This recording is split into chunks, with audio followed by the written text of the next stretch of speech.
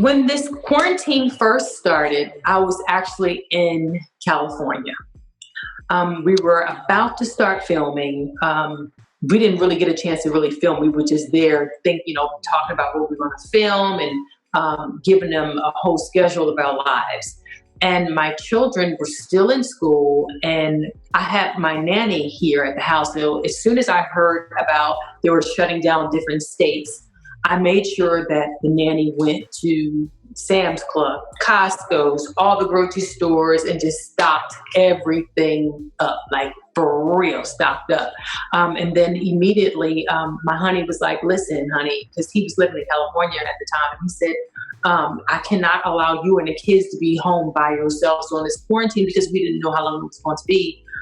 So we came back to Georgia, and we've just been eating every day. We've gained about 30 pounds apiece. And it's just been a huge whirlwind. I mean, our lives were basically turned upside down. The kids started having to have homeschool.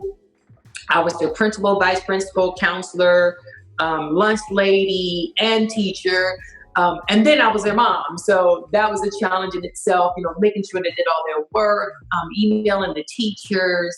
And then we got another refrigerator so that we can pack that refrigerator too. So now we have four refrigerators in this house and a deep freezer because my family were very, very, how can I put it? We're not OCD completely, but we're on the cusp of OCD. So going to the grocery stores, that was not an option at all.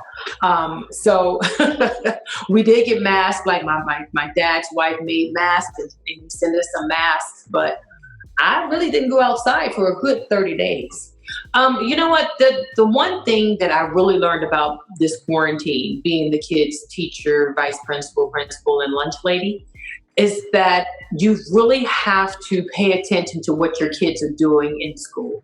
And I think that it has forced a lot of parents to really help their children when it comes to their schoolwork, because a lot of times we just depend on the teacher to teach them. And because of this quarantine, my kids didn't have a virtual teacher. They really literally had to teach themselves all the different subjects. The hardest one was my daughter. She's in orchestra. She plays viola. So that was a little more challenging than any of the other subjects because with that she has to have hands-on. And of course you can watch YouTube, but you need an instructor in front of you saying, okay, your fingering is wrong. Move your chin this way. You have to move your bow that way. So it definitely gave me a huge appreciation for the teachers. I've always appreciated the teachers, and I always felt that the teachers were definitely underpaid. Maybe now, you can write your local congressman or woman, tell them, hey, teachers definitely need a raise because they're raising your children. Really, they're spending a lot of time with your kids, and they're seeing their strengths and their weaknesses. And by them being homeschooled, I definitely saw all of that. So kudos to all of the teachers. Definitely. My kids made the honor roll, thank God. That was amazing. I think they did better at home because I was like, listen, I became the mama too, So I'm really proud of them for being able to stay focused and doing that. But one thing that I will say about this quarantine that has helped me, it helped me to be more focused on my self-care. So being focused on my self-care, I was able to come up with a skincare line, and I want everyone to experience amazing skin. And I was a little afraid to do the launch around this quarantine because everybody was talking about how they don't know how they're going to get their next paycheck, and then their stimulus check, how much their stimulus check is going to be. Do they have to pay the stimulus check back? So it was a lot of little bumps and hurdles that I had to go through with the Ladybug skincare line in that respect. But on April 10th, we had a soft launch, and it was extremely successful. And on May 1st, we really did a hard launch, and it's been so incredible. If you're not hustling during this time of the quarantine, then you're not a hustler. Really, you're not a hustler. You're a pillow princess, really, because.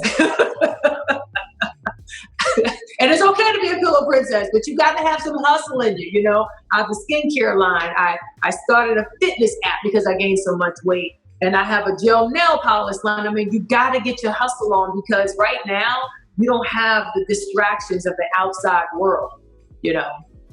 24 hours is just not enough time in a day. So the first thing that I do in the morning is I meditate. I meditate to get my mind right, because there's sometimes that I wake up on the wrong side of the bed.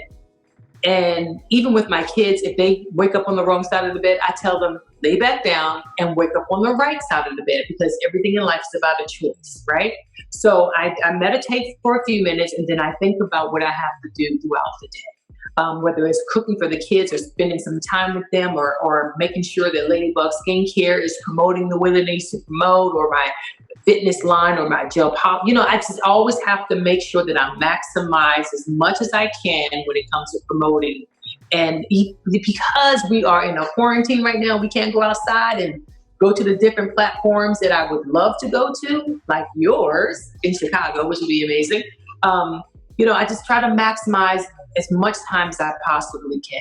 And I don't really sleep. I don't really sleep. I may get, because my mind is always racing. So even if I'm laying down in the bed and it's 3 o'clock in the morning and I should be asleep, if I come up with something, I'm going to get up, because laying down is not going to do anything, and I know that I'm wide awake. So I'll get up and I become a little more productive. I go on Instagram, because sometimes you never know, people could be up. You might go live a little bit, or just coming up with something creatively to try to market your product. And then I get tired, and then I lay back down and go to sleep for a couple of hours, and I wake up and start all over. Or don't, because nobody can see you. You don't have to wipe your crust. Just get up and do what you have to do. I mean, I like to brush my teeth though, because I can't handle my own breath, when it's like that. But, I'm just being honest. That's just what you do. If you feel the unction to get up, then get up. Don't just lay in the bed, because you never know. Your gut, your spirit might be telling you to get up to do something. So don't ignore that. Don't ignore that inner voice.